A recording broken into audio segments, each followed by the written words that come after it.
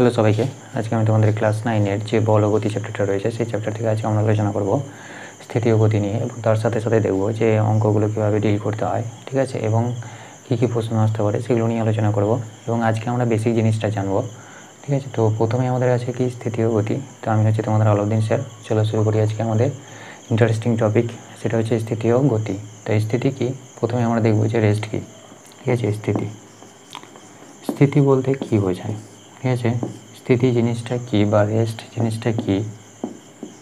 Rest হচ্ছে, যদি ধরে নাও একটা বল, ঠিক আছে, একটা যদি বল আমি ধরে নিই, তাহলে সেইটাকে ধরে নিলাম যে এটা এ পজিশানে আমি আজকে দেখলাম, ঠিক আছে।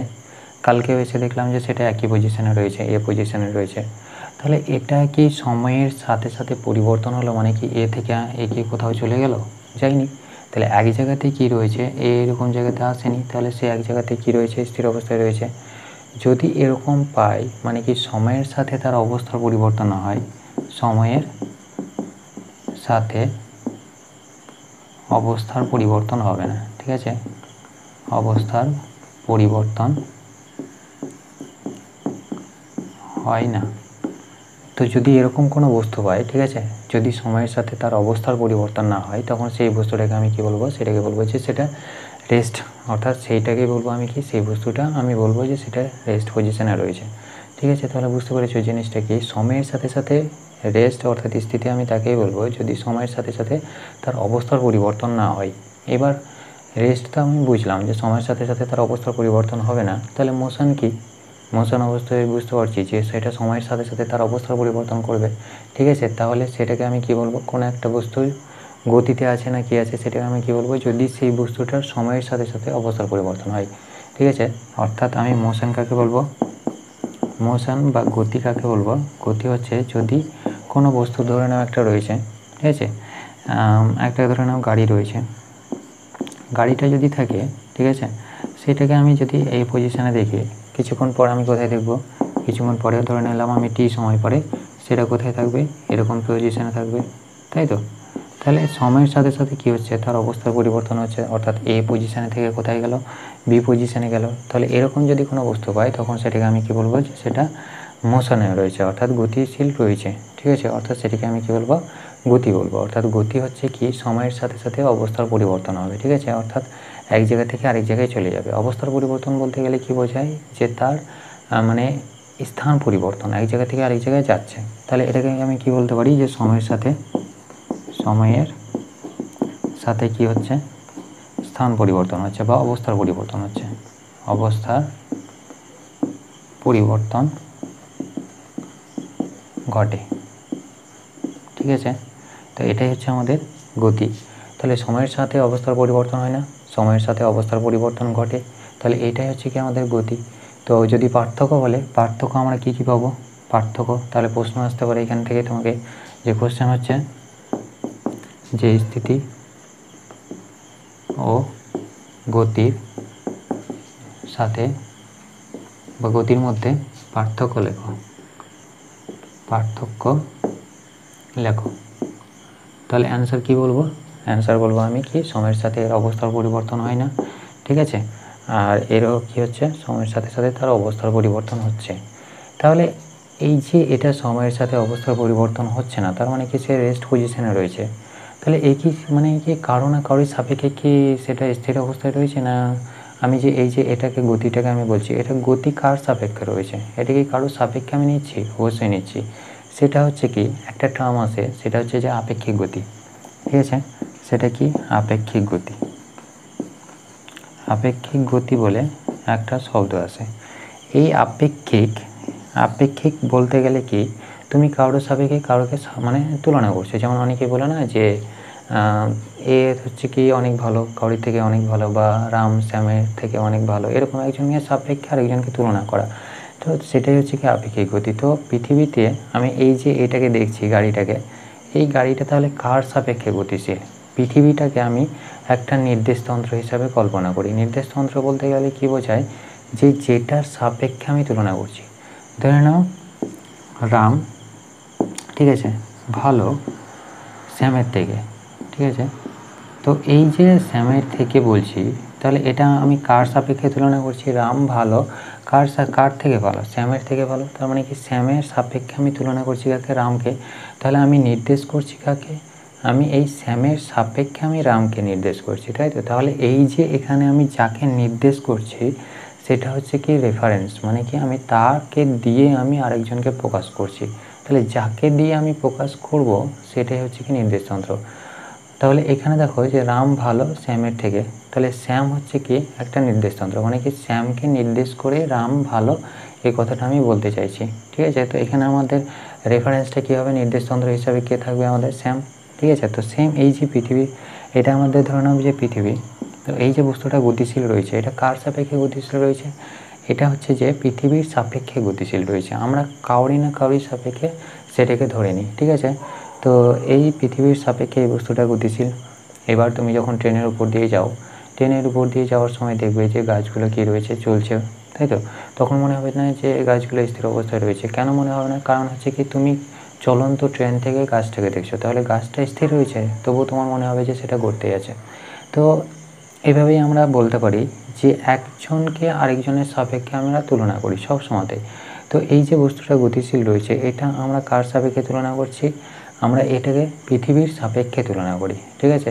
অর্থাৎ এর যে গতিটা সেটাকে আমরা কার সাপেক্ষে তুলনা করি, পৃথিবীর সাপেক্ষে তুলনা করি। তাহলে এখানে রেফারেন্স ফ্রেম হিসাবে কে থাকবে, রেফারেন্স ফ্রেম হিসাবে কে থাকছে বা নির্দেশতন্ত্র হিসাবে আমাদের পৃথিবী, তাই তো। পৃথিবীর সাপেক্ষে আমি বলছি, তাহলে পৃথিবী হচ্ছে এখানে কি ফ্রেম অফ রেফারেন্স বা রেফারেন্স ফ্রেম হিসাবে কাজ করছে পৃথিবীটা। তাহলে পৃথিবীর সাপেক্ষে আমি গতিশীল বলছি। তাহলে এই যে এটা স্থির অবস্থায় রয়েছে, তাহলে আমরা কি পরম স্থিতি বা পরম গতি বলে কোনো কিছু পাই? দেখো এটা স্থির অবস্থায় রয়েছে, আমরা কি জানি যে সূর্যকে কেন্দ্র করে পৃথিবী কী করছে, চারিদিকে ঘুরছে, তাই তো। অর্থাৎ সূর্যকে কেন্দ্র করে পৃথিবী কী করছে, চারদিকে ঘুরছে।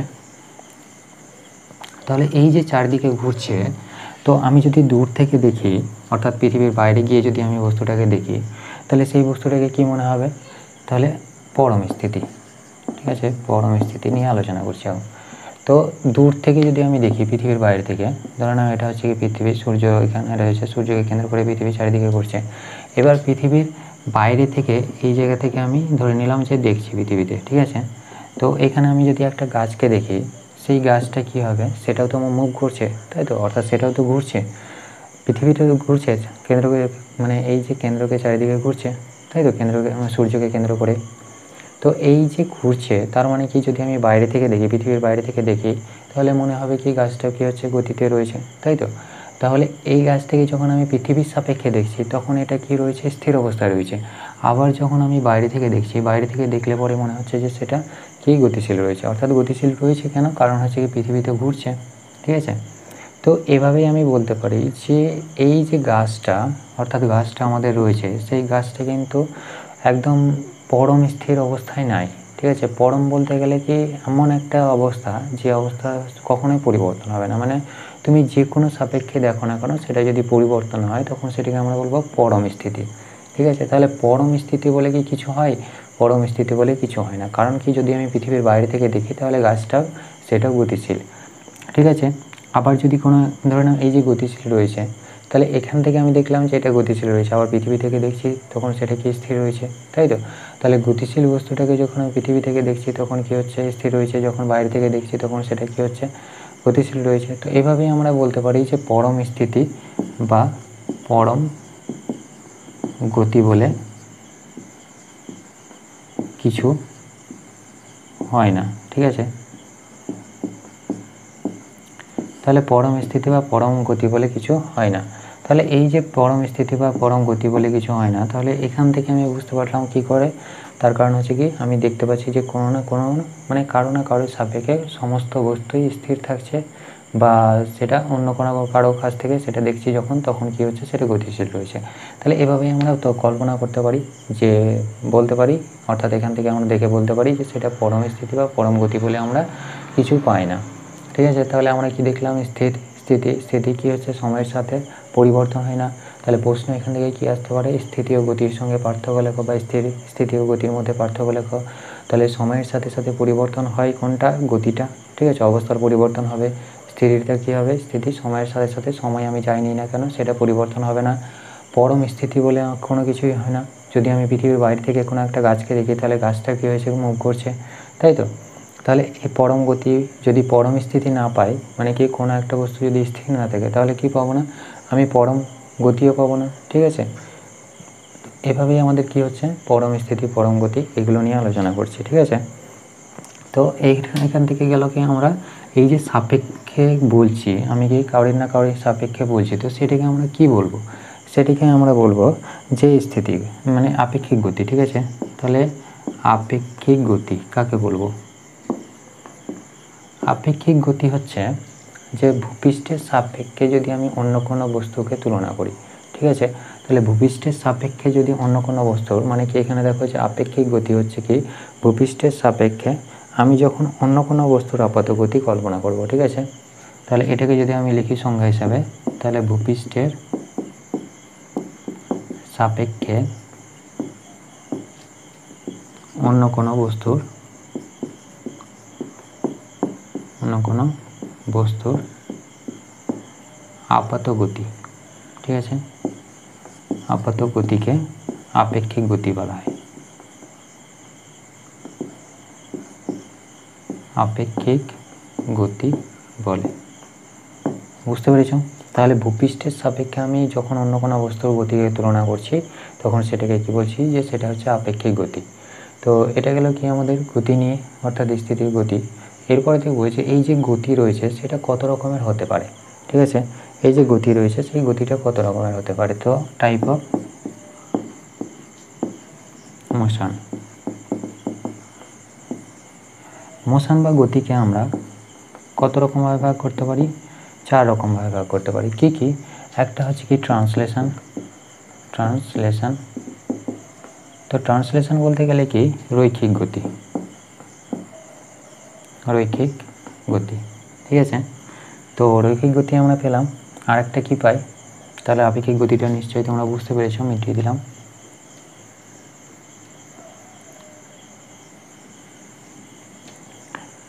রৈখিক গতি আর একটা কী পাই আমরা, আর একটা পাই হচ্ছে কি রোটেশনাল মোশন, ঠিক আছে। রৈখিক গতি, ঘূর্ণায়ন গতি,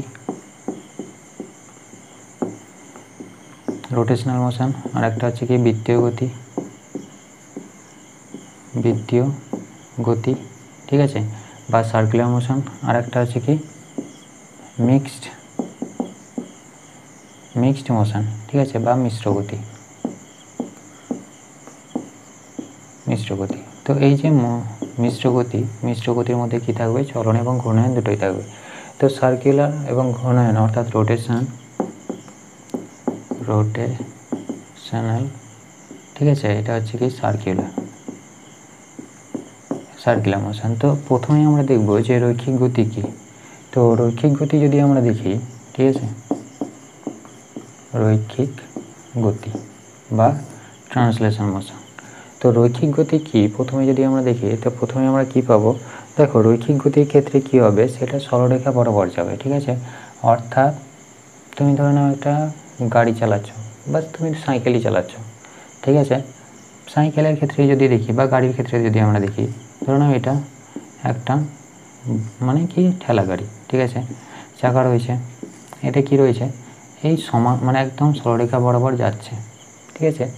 এটা সরলরেখা বরাবর যাচ্ছে, অভিমুখ কোনো পরিবর্তন হচ্ছে না, ঠিক আছে, তাহলে সরলরেখা বরাবর যাচ্ছে। তাহলে এই যে সরলরেখা বরাবর যাচ্ছে, তাহলে এই আমি যদি এর মানে এটা কি দিয়ে তৈরি, অনেকগুলো পার্টিকেল দিয়ে তৈরি, কণা দিয়ে তৈরি। তাহলে কণাগুলোকে যদি আমি দেখি তাহলে এখানে অনেকগুলো কণা পাবো, তাই তো।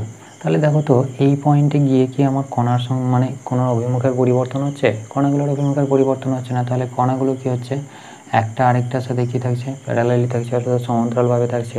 তাহলে যদি মানে সেই সমস্ত গতিকে আমি রৈখিক গতি বলবো যদি সেটা কি হয়, সরল রৈখিক হবে, ঠিক আছে। আর কি হবে, কণাগুলো পরস্পরের সঙ্গে সমান্তরালভাবে থাকবে, মানে কি এই কণাগুলোর অভিমুখের কোনো পরিবর্তন হবে না এবং কণাগুলো কি হচ্ছে একটা আরেকটার সাথে কীভাবে রয়েছে, দেখো সমান্তরালে রয়েছে, তাই তো। তাহলে সমান্তরালে যদি থাকে তখন আমাকে কী হবে বলবো, অর্থাৎ কণাগুলো কী হবে, যে মানে ডাইরেকশনগুলো থাকছে সেটা কী হচ্ছে, একই দিকে থাকছে, অর্থাৎ কোনো রকমের অভিমুখের পরিবর্তন হচ্ছে না। তাহলে এই যে সরলরৈখিক হচ্ছে, ঠিক আছে, তো সরলরৈখিক হলে পরে সেটাকে কী বলবো আমরা, অর্থাৎ এটা কখনোই এদিকে যাবে না, ঠিক আছে, অর্থাৎ এখানে যাবে না বা এদিকে যাবে না, সেটা কী হবে, একদম সরলরেখা বরাবর যাবে। তাহলে এদিকে যদি মুভ না করে, ঠিক আছে, যদি সরলরেখা বরাবর যায় তখন সেটাকে আমরা কী বলবো, রৈখিক গতি বলবো। তাহলে এটাই হচ্ছে কি আমাদের রৈখিক গতি, এবং কণাগুলো কী থাকছে, একটা আরেকটার সাথে সমান্তরালে থাকছে, অর্থাৎ যেহেতু অভিমুখের কোনো পরিবর্তন হচ্ছে না, অর্থাৎ সেটা সরলরেখা বরাবর যাচ্ছে, সুতরাং আমরা বুঝতেই পারছি যে কণাগুলোর কোনো রকম পরিবর্তন হবে না, ঠিক আছে, অর্থাৎ গতি সেটা কী হচ্ছে, একটা আরেকটার সাথে সমান্তরালভাবেই থেকে যাবে। তো এটা হচ্ছে কি আমাদের রৈখিক গতি। তো রৈখিক গতি আমরা সচরাচর দেখতে পাই। এরপরে যেটা আলোচনা করবো, তাহলে রৈখিক গতির ক্ষেত্রে আমরা কী পেলাম, সরলরৈখিক হলো, এবং এই যে কণাগুলো কী থাকছে, একটা আরেকটার সাথে সমান্তরালে থাকছে, ঠিক আছে। এরপরে আমরা দেখবো যে বৃত্তীয় গতি, ঠিক আছে। তো আমরা এখানে লিখছি বৃত্তীয় গতি, বৃত্তীয় গতি বা সার্কুলার মোশন।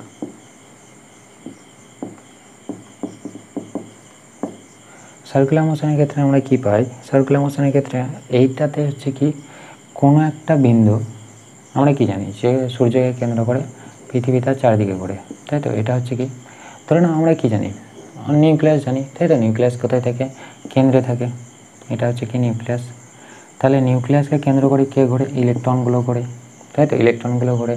তাহলে নিউক্লিয়াসকে কেন্দ্র করে ইলেকট্রনের যে আবর্তন, ঠিক আছে, অর্থাৎ বৃত্তাকার পথে যে আবর্তন, অর্থাৎ বৃত্তাকার পথের যে গতি, সেটাই হচ্ছে কি বৃত্তীয় গতি, ঠিক আছে। সার্কুলার মোশন মানে কি, একটা নির্দিষ্ট বিন্দুকে কেন্দ্র করে কী হবে, কোনো একটা বস্তু তার চারিদিকে ঘুরবে, অর্থাৎ কোনো একটা বিন্দুকে কেন্দ্র করলো, কেন্দ্র করার পরে সেটা যদি চারিদিকে ঘুরে, ধরে নাও এটা হচ্ছে কি কেন্দ্র, এটাকে চারিদিকে যদি ঘুরে কোনো একটা বস্তু, এটা হচ্ছে একটা বস্তু, এই বিন্দুকে কেন্দ্র করে বৃত্তাকার পথে চারিদিকে ঘুরছে, ঠিক আছে, কাকে কেন্দ্র করে, এই বিন্দুকে কেন্দ্র করে, অর্থাৎ এই বিন্দুটাকে কেন্দ্র করে কী হচ্ছে, চারিদিকে যদি ঘুরে এই বস্তুটা, তাহলে এই বস্তুটার যে গতি হবে সেই গতিটাকে আমি কি বলবো, বৃত্তীয় গতি বলবো, ঠিক আছে।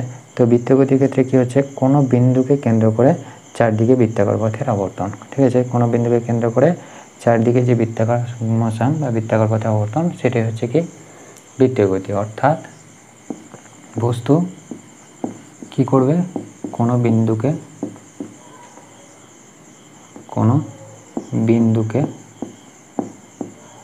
কেন্দ্র করে বৃত্তাকার পথে আবর্তন করবে, বৃত্তাকার পথে আবর্তন, বৃত্তাকার পথে আবর্তনকে কী বলবো, বৃত্তীয় গতি বলবো, ঠিক আছে। তো বৃত্তীয় গতি কাকে বলা হয়, কোনো বস্তু কী হচ্ছে, কোনো বিন্দুকে কেন্দ্র করে বৃত্তাকার পথে আবর্তন করছে, ঠিক আছে, এই যে আবর্তন, বৃত্তাকার পথের যে আবর্তন, সেটাই হচ্ছে কি আমাদের বৃত্তীয় গতি। তো বৃত্তীয় গতি যেমন আমরা পেলাম কি, নিউক্লিয়াসকে কেন্দ্র করে মানে ইলেকট্রনগুলো চারিদিকে ঘুরছে, সেম একই রকমভাবে এখানে কি থাকে আমাদের সূর্য, ঠিক আছে, আর এখানে কি থাকে আমাদের পৃথিবী হিসাবে যদি আমি নিই, তাহলে সূর্যকে কেন্দ্র করে কী হচ্ছে, পৃথিবী চারিদিকে ঘুরছে, তাহলে এটা হচ্ছে কি আমাদের এই সূর্যকে কেন্দ্র করে ঘুরছে, তার মানে কি একটা বিন্দুকে কেন্দ্র করে ঘুরছে, সেই জন্য এটাও কী হয়ে যাবে, আমাদের বৃত্তীয় গতির উদাহরণ হয়ে যাবে, ঠিক আছে। তো আশা করি বুঝতে পেরেছি যে বৃত্তীয় গতি, তাহলে রৈখিক গতি, বৃত্তীয় গতি আমাদের হয়ে গেল। এরপরে হচ্ছে যে ঘূর্ণায়ন গতি।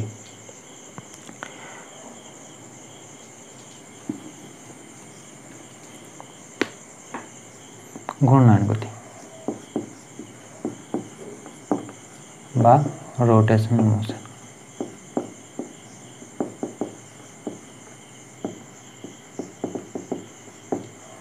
ঠিক আছে, যখন উঁচু ক্লাস উঠবে তখন প্রত্যেকটা নিয়ে একটা একটা করে আলাদা আলাদা করে কী থাকবে, বিষয় থাকবে, এবং ভার সিলেবাস থাকবে, অনেক বড় বড় ডিটেলস আলোচনা করা থাকবে। এখন তোমাদের শুধুমাত্র সংজ্ঞাগুলোই জেনে রাখা ভালো। তো বৃত্তীয় গতি হচ্ছে, তোমরা সবাই লাট্টু হয়েছে নিশ্চয়ই। লাট্টু বলতে গেলে কি, এরকম দেখতে, ঠিক আছে, মাথায় এরকম থাকে, এরকম দেখতে হয়, ঠিক আছে। তো এটা হচ্ছে কি, এই যে এখানে কি থাকে, আমাদের ব্রেক লাগানো থাকে বা গজাল লাগানো থাকে, ঠিক আছে। তো এই জায়গাতে এই বিন্দুটাকে কেন্দ্র করে কি হচ্ছে, লাট্টুটা ঘুরতে থাকে, তাই তো। অর্থাৎ এইটা দেখো যে একটা নিজের অক্ষ, তাই তো। এটা তো এই যে পয়েন্টটা আমি পাচ্ছি, অর্থাৎ এই যে ব্রেকটা আমার থাকছে, সেটা কি, সেটা তো তারই একটা অংশ, তাহলে তারই একটা নিজস্ব অক্ষ, এটাকে আমরা বলতে পারি। তাহলে নিজের অক্ষের সাপেক্ষে যদি চারিদিকে ঘোরে তখন সেটাকে কি বলবো আমরা ঘূর্ণায়ন গতি বলবো, ঠিক আছে। তাহলে নিজের অক্ষের সাপেক্ষে যদি চারিদিকে ঘোরে তখন সেটাকে আমরা কি বলবো ঘূর্ণায়ন গতি বলবো।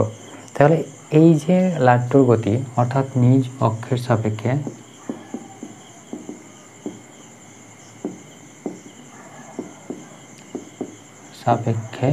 বৃত্তাকার পথে ঘূর্ণায়ন,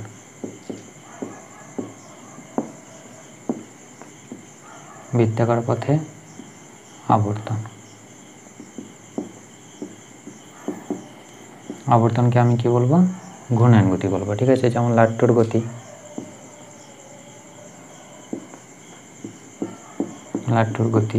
ঠিক আছে, লাট্টুর গতি পাই। আবার আমরা কি পাই, আমরা পাই যেমন পৃথিবী কি করছে ঘুরছে, তাই তো। তার নিজ অক্ষের সাপেক্ষে পৃথিবী তো কি ঘুরছে, পৃথিবী কি করে নিজ অক্ষের সাপেক্ষে ঘুরে।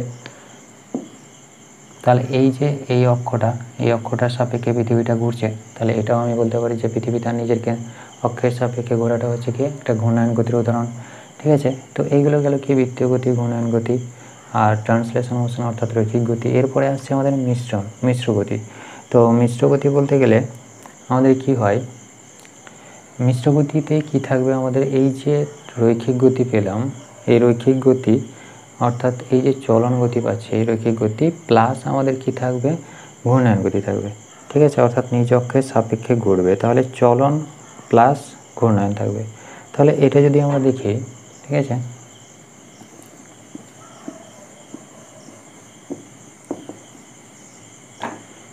মিক্সড মোশন অর্থাৎ মিশ্র গতি। মিশ্র গতিতে কি থাকবে আমাদের রৈখিক গতি থাকবে প্লাস কি থাকবে আমাদের রোটেশনাল অর্থাৎ ঘূর্ণায়ন গতি থাকবে। তো এই যে মিশ্র গতি, রৈখিক গতি প্লাস ঘূর্ণায়ন গতি, এটা আমরা কোথায় দেখতে পাই, এটা আমরা দেখতে পাই কোথায়, ধরে নাও কোনো সাইকেল চলছে, সাইকেলের যে রিংটা থাকে সেই রিংটা কি হয়, দেখবে যে এই যে কোনো একটা কেন্দ্রকে কি করে চারিদিকে ঘুরছে, তাই তো চাকাটা। তাহলে এই সাইকেলটা যদি আমি একটা সরলরেখা বরাবর নিয়ে যাই তাহলে কি হচ্ছে, সাইকেলটার ক্ষেত্রে কি হচ্ছে, চাকাগুলো তার কি হচ্ছে এইভাবে আমাদের চাকাগুলো রয়েছে।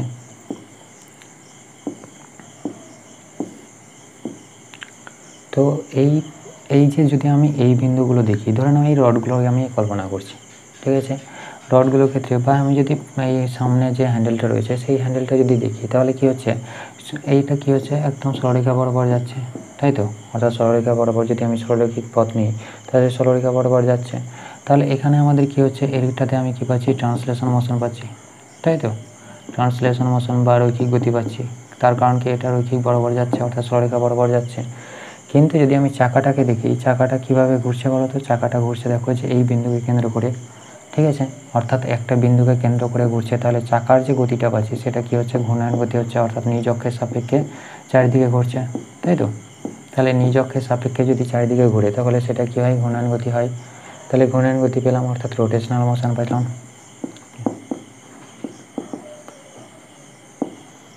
রোটেশনাল মোশন কোথায় হচ্ছে তাহলে চাকাতে, এবং ট্রান্সলেশন মোশন কোথায় হচ্ছে সামনের দিকে যে এগিয়ে যাচ্ছে সেই সামনের দিকে এগিয়ে যাওয়াটা হচ্ছে আমাদের ট্রান্সলেশন মোশন। তাহলে মিশ্র গতি কী হচ্ছে বা মিক্সড বা কমপ্লেক্স মোশন কোনটা, রৈখিক গতি প্লাস ঘূর্ণায়ন গতি যদি দুটোই একসাথে আমরা দেখতে পাই সেই গতিটাকে আমরা কী বলবো মিক্সড মোশন বলবো অর্থাৎ মিশ্র গতি বলবো। তো এটাই হচ্ছে আমাদের ঘূর্ণায়ন গতি, বৃত্তীয় গতি আর রৈখিক গতি, মিশ্র গতি, এই নিয়ে আলোচনা হলো। এখান থেকে তোমাকে জিজ্ঞেস করবে যে বলে দিল যে পৃথিবী মানে চারিদিকে ঘুরছে সূর্যকে কেন্দ্র করে, এটা কোন ধরনের গতির উদাহরণ, তখন কি বলবে এটা হচ্ছে কি আমাদের মানে কোনো একটা বিন্দুকে কেন্দ্র করে ঘোরা, তাহলে সেটা কি বলবো আমরা সার্কুলার মোশন বলবো অর্থাৎ বৃত্তীয় গতি বলবো। লাট্টু চারিদিকে ঘুরছে অর্থাৎ লাট্টুর যে ঘূর্ণায়ন সেটা কোন গতির উদাহরণ, তাহলে এটাকে কি বলবো আমরা ঘূর্ণায়ন গতি বলবো, ঠিক আছে। অর্থাৎ কোশ্চেন কেমনভাবে আসবে সেটা যদি আমি লিখে দিই, তোমাকে বললো যে কোশ্চেন হচ্ছে কি পৃথিবী সূর্যকে কেন্দ্র করে যে আবর্তন সেটা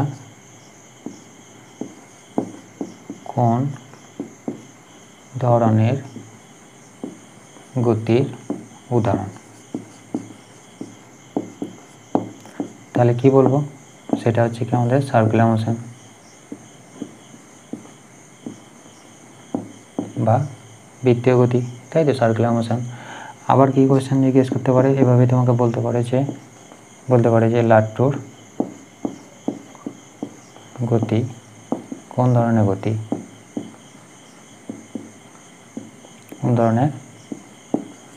গতির উদাহরণ। তাহলে আমরা কি বলবো, সেটা হচ্ছে রোটেশনাল মোশন বা ঘূর্ণায়ন গতি। ঠিক আছে, তো এভাবেই আমাদের প্রশ্ন জিজ্ঞেস করবে, এখান থেকে উদাহরণগুলোই জিজ্ঞেস করবে, তোমাকে সংজ্ঞা তেমন জিজ্ঞেস করবে না। সংজ্ঞা যদি বাই চান্স জিজ্ঞেস করে নেয় তো বৃত্তীয় গতিটা জিজ্ঞেস করবে, মানে এই তিনটে গতি জিজ্ঞেস করবে যে কোনো একটা, বা তোমাকে হয়তো পার্থক্য জিজ্ঞেস করতে পারে, পার্থক্য কীভাবে বলতে হবে।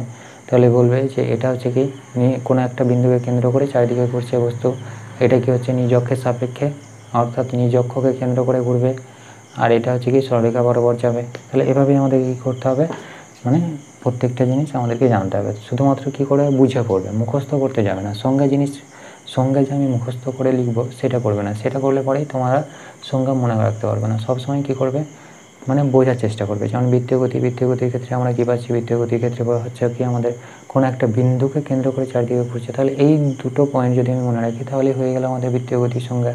ঠিক আছে, মানে কি বস্তুটা কোনো বিন্দুকে কেন্দ্র করে চারদিকে ঘুরবে। আর এই যে কোশ্চেনগুলো লিখে দিলাম, এই কোশ্চেনগুলো একটু জানতে হবে, মানে কি উদাহরণগুলো জানলে পরেই তোমার আরও ইজি হয়ে যাবে। ঠিক আছে জিনিসটা। তাহলে এটা গেল কি গতির প্রকারভেদ। এরপরে আমরা দেখব যে কতগুলো, অর্থাৎ গতির যে সমীকরণগুলো পাই সেই সমীকরণগুলো নিয়ে যদি আমরা আলোচনা করি, অর্থাৎ ইকুয়েশন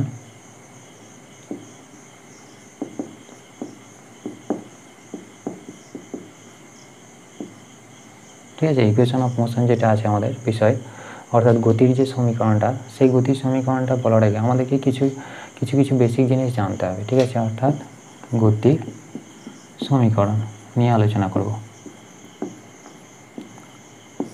তো গতির সমীকরণ বলতে গেলে আমরা জানি যে গতিকে কীভাবে, অর্থাৎ এই যে বেগটা কী হচ্ছে, কীভাবে আমরা বেগ বার করব, বা মানে স্পিড আমরা কী করে বার করব, দূরত্ব কতটা যাচ্ছে সেটাকে আমরা কীভাবে বলবো, বা সরণ কী জিনিস, এগুলো নিয়ে একটু আলোচনা করব। তো প্রথমে আমরা দেখব যে দূরত্ব জিনিসটা কি। ঠিক আছে, অর্থাৎ 1 নম্বরে হচ্ছে কি ডিস্ট্যান্স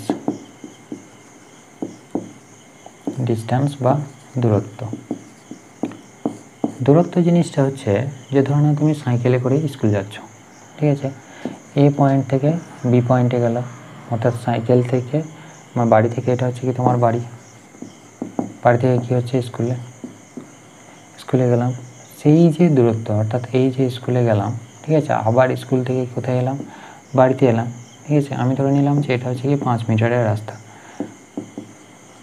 ঠিক আছে, তো তুমি কতটা পথ অতিক্রম করলে তাহলে টোটাল, তাহলে তুমি দেখতে পাচ্ছ যে এখানে 5 এখানে 5, তার মানে কি আমি টোটাল কতটা অতিক্রম করলাম, 10 মিটার পথ অতিক্রম করলাম, তাই তো। তাহলে এই যে 10 মিটার পথ অতিক্রম করছো, এটাই হচ্ছে কি আমাদের ডিস্ট্যান্স বা দূরত্ব। তাহলে দূরত্ব কি হচ্ছে, আমি কোনো একটা বিন্দু থেকে শুরু করেছি, ঠিক আছে, অর্থাৎ এই যে বিন্দু থেকে শুরু করেছি প্রাথমিক অবস্থা, এটা হচ্ছে কি প্রাথমিক অবস্থা, এটা হচ্ছে কি অন্তিম অবস্থা। ঠিক আছে, প্রাথমিক এবং অন্তিম অবস্থার মাঝখানে যে পথের দৈর্ঘ্য, ঠিক আছে, প্রাথমিক,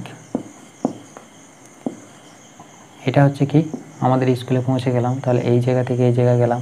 এবার এই পথটাকে যদি আমি পরিবর্তন করে নিই, ধরে নাও যে আমি কীভাবে গেলাম স্কুল, এইভাবে না গিয়ে, মানে সোজাসুজি না গিয়ে আমি এইভাবে গেলাম, দিয়ে আবার এখান থেকে আমি কোথায় গেলাম, সি পয়েন্টে গেলাম, সি পয়েন্ট থেকে বি পয়েন্টে গেলাম।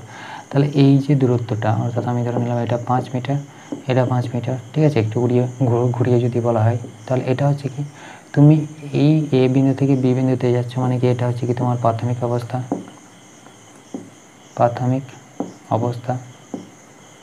ঠিক আছে, আর এটা হচ্ছে কি অন্তিম অবস্থা। তাহলে প্রাথমিক অবস্থা এবং অন্তিম অবস্থার মাঝখানে যে তুমি দূরত্বটা অতিক্রম করলে, ঠিক আছে, সেই দূরত্বটাই হচ্ছে আমাদের এই ডিস্টেন্স। অর্থাৎ যে পথ, মাঝের যে পথ, প্রাথমিক অবস্থা এবং অন্তিম অবস্থার মাঝের যে পথ, সেই পথের যে দূরত্ব সেটাই হচ্ছে এখানে ডিস্টেন্স। ঠিক আছে, তাহলে অতিক্রান্ত পথটাই হচ্ছে কি আমাদের দূরত্ব। তাহলে প্রাথমিক অবস্থা এবং অন্তিম অবস্থার মাঝখানে যে পথের দূরত্ব সেটাই হচ্ছে কি আমাদের পথের যে দৈর্ঘ্য। ঠিক আছে, তাহলে আমি যদি লিখি প্রাথমিক ও অন্তিম অবস্থার মাঝের দৈর্ঘ্য। ঠিক আছে, মাঝের দৈর্ঘ্যকে আমি কি বলবো, ডিস্টেন্স বলবো, অর্থাৎ দূরত্ব বলবো। তো এটা হচ্ছে কি সংজ্ঞা। ঠিক আছে, তাহলে দূরত্ব আমরা বুঝতে পারলাম।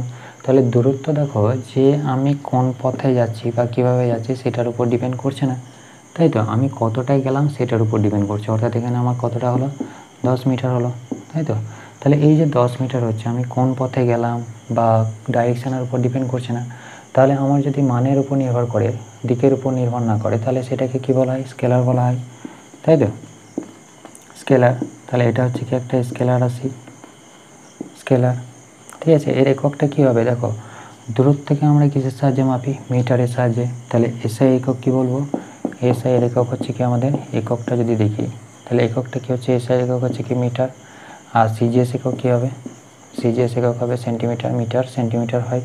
ঠিক আছে, তাহলে এককগুলো আমাকে মনে রাখতে হবে। তাহলে ডিস্টেন্স গেল। এরপরে হচ্ছে যদি আমি সরণ দেখি, সরণ, তাহলে এই জায়গাটাতে আমি আলোচনা করব। ঠিক আছে, সরণ জিনিসটা। তো সরণ বলতে গেলে কি আমাদের ডিসপ্লেসমেন্ট। তো সরণ জিনিসটা হচ্ছে এই যে এ পয়েন্ট থেকে সি পয়েন্টে গেলাম, সি পয়েন্ট থেকে বি পয়েন্টে এলাম, তাহলে এদের যদি আমি সরলরৈখিক পথ নিই, সরলরৈখিক পথ বলতে গেলে এই পয়েন্ট থেকে বি পয়েন্ট এটাই পাবো আমি সব থেকে সরলরৈখিক, এটা হচ্ছে কি একটা সরলরৈখিক পথ, তাই তো? অর্থাৎ এই যে পয়েন্টটা থেকে এ পয়েন্ট থেকে বি পয়েন্টে গেলাম, তাহলে প্রাথমিক এবং অন্তিম অবস্থার মাঝে যে সরলরৈখিক পথ, সেই সরলরৈখিক পথের যে দূরত্ব সেটাই হচ্ছে কি আমাদের সরণ। অর্থাৎ সরণটা কী হবে, সরণটা আমার প্রাথমিক অবস্থা এবং অন্তিম অবস্থার মানে কোন পথে গেলাম সেটার উপর ডিপেন্ড করবে না। সেটা কিসের উপর ডিপেন্ড করবে, সেটা ডিপেন্ড করবে যে আমার প্রাথমিক অবস্থা এবং অন্তিম অবস্থার মাঝে যে সরলরৈখিক দূরত্ব। ঠিক আছে, অর্থাৎ এই যে মাঝের যে সরলরৈখিক দূরত্ব সেটার উপর ডিপেন্ড করবে। ঠিক আছে, তাহলে আমি কি বলবো, সরণ হচ্ছে কি প্রাথমিক অবস্থা, প্রাথমিক ও অন্তিম অবস্থার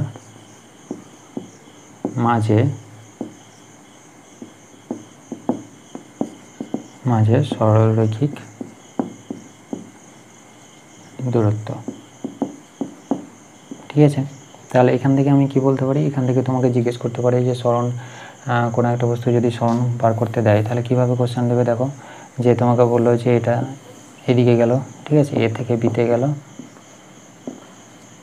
10 মিটার, তারপর বি থেকে সিতে গেলে উপর দিকে, ঠিক আছে 5 মিটার।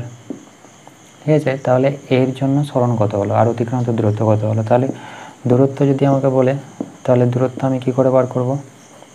ঠিক আছে, ডিস্টেন্স যদি আমাকে বলা হয় তাহলে ডিস্টেন্স আমি কত হবে 10 মিটার, আর এখানে কত হচ্ছে 5 মিটার, তাহলে 10 + 5, ঠিক আছে, তাহলে 15 মিটার হচ্ছে কি আমাদের দূরত্ব, ডিস্টেন্স। ঠিক আছে, যদি আমাকে এস বলে সরণ, সরণকে আমরা কী দিয়ে প্রকাশ করি, এস দিয়ে প্রকাশ করি। ঠিক আছে, আর দূরত্বকে আমরা কী দিয়ে প্রকাশ করি, ডি দিয়ে প্রকাশ করি। তো এই যে এস সমান কত হবে, তাহলে এই যে মাঝের যে দূরত্ব, ঠিক আছে, অর্থাৎ এই যে অন্তিম অবস্থা এটা হচ্ছে কি অন্তিম, আর এটা হচ্ছে কি প্রাথমিক, প্রাথমিক। ঠিক আছে, অন্তিম এবং প্রাথমিকের মাঝে যে সরলরৈখিক দূরত্ব সেটাই হচ্ছে আমাদের সরণ। ঠিক আছে, তাহলে সরণ হচ্ছে কি প্রাথমিক এবং অন্তিম অবস্থার মাঝখানে যে সরলরৈখিক পথ, ঠিক আছে, এই যে সরলরৈখিক পথ সেটাই। তাহলে সরণ কত হবে দেখো, এটা 90 ডিগ্রি। ঠিক আছে, তাহলে এটা কী হবে, এটা অতিভুজ হবে, তাহলে √, কত হবে 10 এর স্কোয়ার + 5 এর স্কোয়ার। ঠিক আছে, তাহলে √, কত হচ্ছে 100 + 25, √125। ঠিক আছে, তো এটাই হচ্ছে কি আমাদের সরণের মানটা। তাহলে এককটা কত হবে, এত মিটার হবে, এটাকে বর্গ করলে যেটা পাবো সেটাই হবে। তাহলে এটাই হচ্ছে কি আমাদের সরণের মানটা। তাহলে তোমাকে বলে দেবে যে প্রথমে উত্তর দিকে এত মিটার গেল, তারপরে বললো কি উত্তর থেকে দক্ষিণ দিকে এত মিটার গেল, তাহলে সরণ কত হলো। তাহলে সব থেকে মানে প্রাথমিক অবস্থা এবং অন্তিম অবস্থার মাঝখানে যে তুমি সরলরৈখিক পথ পাবে বা সর্বনিম্ন যে ডিস্টেন্সটা পাচ্ছ, সেটাই হচ্ছে কি আমাদের সরণের মানটা। তো এটা গেল কি আমাদের সরণের মান। তাহলে সরণটা কি বলবো আমি, সরণটা দেখো যে অভিমুখের উপর ডিপেন্ড করছে, তাহলে অভিমুখের উপর যদি ডিপেন্ড করে তাহলে সেটা কি হবে ভেক্টর। ঠিক আছে, মানে কি এখানে কোন পথে গেলে সেটার উপর ডিপেন্ড করে না, এটা প্রাথমিক এবং অন্তিম অবস্থার মাঝখানে যে সরলরৈখিক পথ সেটার উপর নির্ভর করছে। তাহলে এটা হচ্ছে কি একটা ভেক্টর রাশি। এককটা কি হবে, এককটা সেম মিটার বা সেন্টিমিটার। ঠিক আছে, SI CGS।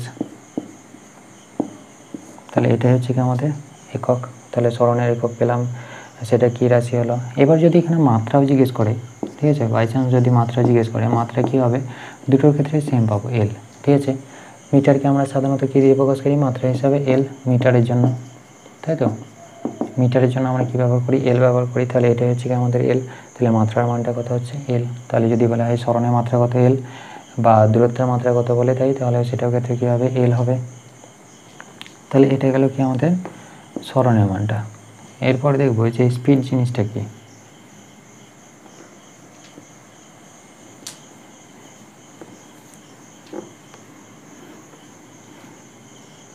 স্পিড জিনিসটাকে, স্পিড বা দ্রুতি,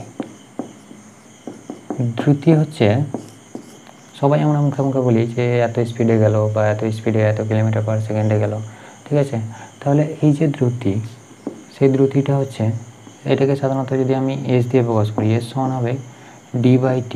স্পিড সমান ডিস্ট্যান্স বাই টাইম, অর্থাৎ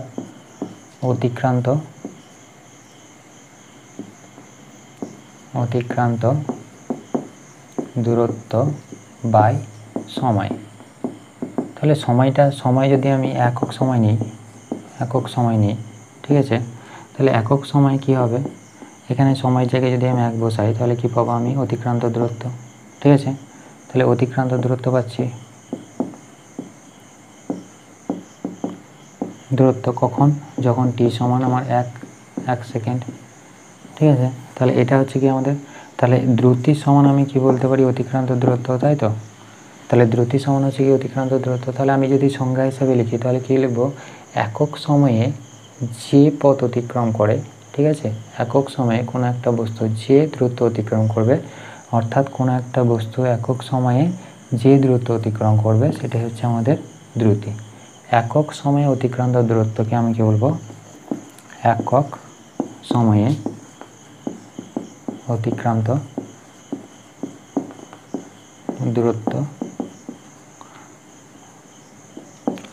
দূরত্বকে কি বলবো আমরা, দ্রুতি বলবো বা স্পিড বলবো। ঠিক আছে, তাহলে একক সময়ে যে পথ অতিক্রম করছে বা যে দূরত্ব অতিক্রম করছে, ঠিক আছে, অতিক্রান্ত পথ বা অতিক্রান্ত দূরত্বকে আমি কি বলবো, দ্রুতি বলবো বা স্পিড বলবো। তাহলে এটাই হচ্ছে কি স্পিড। তাহলে অনেকেই বলে দেয় দেখবে যে ট্রেনটা 1 কিলোমিটার পার ঘন্টায় যাচ্ছে। ঠিক আছে, 1 কিলোমিটার পার ঘন্টা বলতে গেলে কি ডিস্টেন্সটা আমার কি হচ্ছে 1 কিলোমিটার। ঠিক আছে, অর্থাৎ 1 কিলোমিটার যাচ্ছে কত, 1 ঘন্টাতে। ঠিক আছে, অর্থাৎ যদি আমাদের ট্রেনের ক্ষেত্রে আমরা সাধারণত দেখি ট্রেন বা বাস বা মোটর সাইকেল যাই হোক না কেন, ধরে নাও বাস, ঠিক আছে, সেটা যাচ্ছে কত কিলোমিটার পার সেকেন্ডে, এটা ধরে নিলাম যে আমি 15 কিলোমিটার পার আওয়ার, ঠিক আছে, বা ঘন্টা। তাহলে এই যে 15 কিলোমিটার পার আওয়ার, এটার মানে কি, এটার মানে হচ্ছে যে 1 ঘন্টাতে সে কত দূরত্ব যাবে, 15 কিলোমিটার যাবে। ঠিক আছে, এটাই হচ্ছে কি আমাদের স্পিড। তাহলে স্পিড এটা কি পেলাম আমি, স্পিডটা পেলাম। ঠিক আছে, তো এটাই হচ্ছে কি আমাদের, এইভাবে আমাদেরকে বার করতে হবে স্পিডটা। তাহলে এখানে আমাকে কোশ্চেন যদি দিয়ে দেয় যে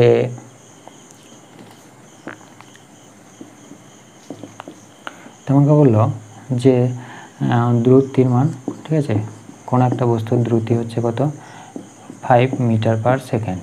ঠিক আছে, এবং টাইম বলে দিল কত, 2 সেকেন্ড।